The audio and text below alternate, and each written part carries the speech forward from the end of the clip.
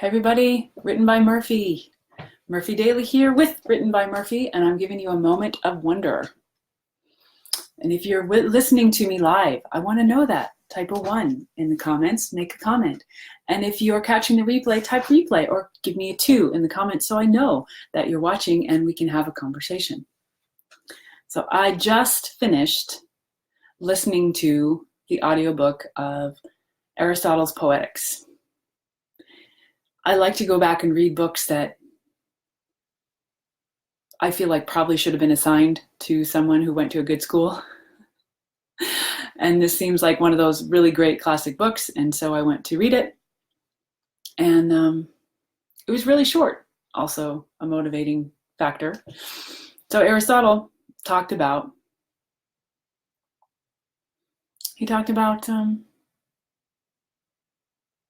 what is a good book. He starts by saying, and I wrote this down because this is the best quote, and I'm going to quote this forever. Let us follow the natural order and begin with the primary facts. I think I should begin every meeting that I host with that. It's like, let's follow the natural order and state the primary facts. Begin with the primary facts. Just let's do the basics, guys, and let's follow what makes sense. Which is a lovely way for a person to begin explaining something. Just saying, we're going to do what makes sense. But as he progressed and talked the rest of the way through, he got into some really what I would consider nerdy type things, English language. See, there you go. I'm speaking English. He wasn't. But language things, which has to do with how you handle meter and what is the beautifulness of poetry and prose. And listening to him, I remember my first literature class in college. There was an English class, but it was how to write papers. It wasn't very fun. It was just boring.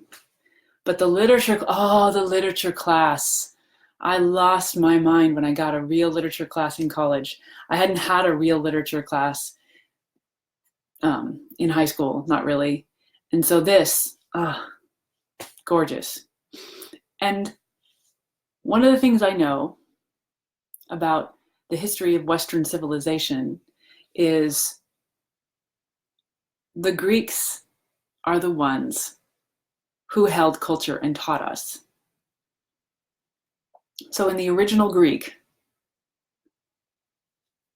Aristotle was busy teaching generation after generation of English speakers and many people in the Western world what it meant to engage with comedy and tragedy and poetry, which wasn't terribly differentiated with drama, stagecraft.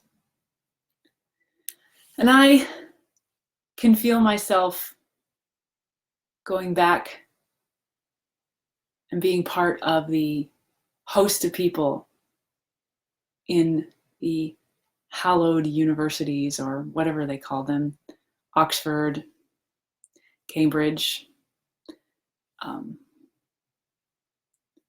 I bet you they're still studying that, but that's like all they studied for hundreds of years was the ancient texts to tell us what to do.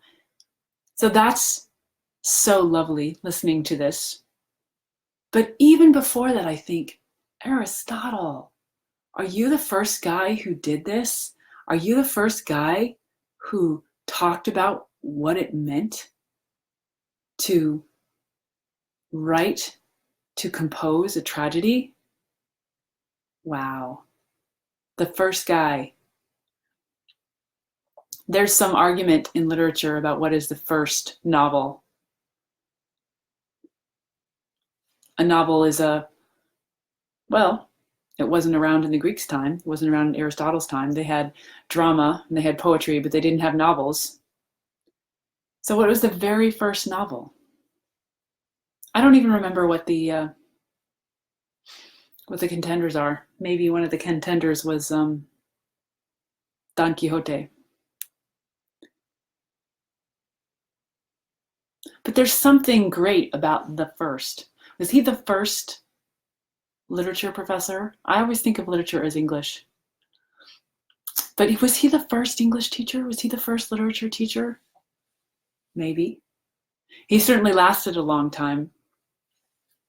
So to hear this guy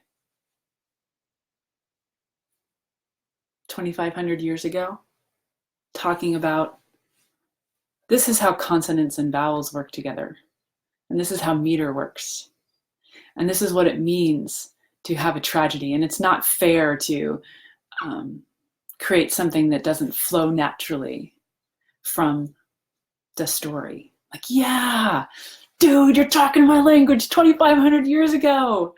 How gorgeous is that?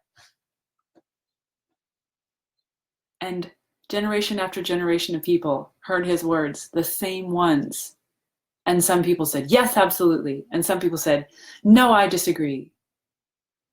But he started the conversation. And we're still having it, and we're still trying to figure it out. What is tragedy? What does it mean to have bad things happen to good people? And why are we satisfied? And why do we want to hear about it? That's my man, Aristotle. Aristotle. Wow, even just saying it. He was writing it down.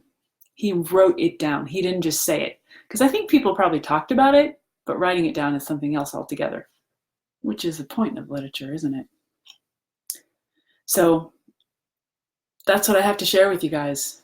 I wonder, do you have stories about your first English literature professor or teacher that really made a difference? And how you feel about what you learned, what someone taught you? Oh my gosh, one of the other things he said, the other thing. To be learning something is the greatest of pleasures. Yeah, because he says we're learning when we're engaging with literature, and it is the greatest of pleasures. It's nice to have that recognized. What a great pleasure it is to learn things. And thank you, Aristotle, for giving us all a platform to learn from for thousands of years and more years to come. All right, you guys, let me know what you think. Let's continue the conversation.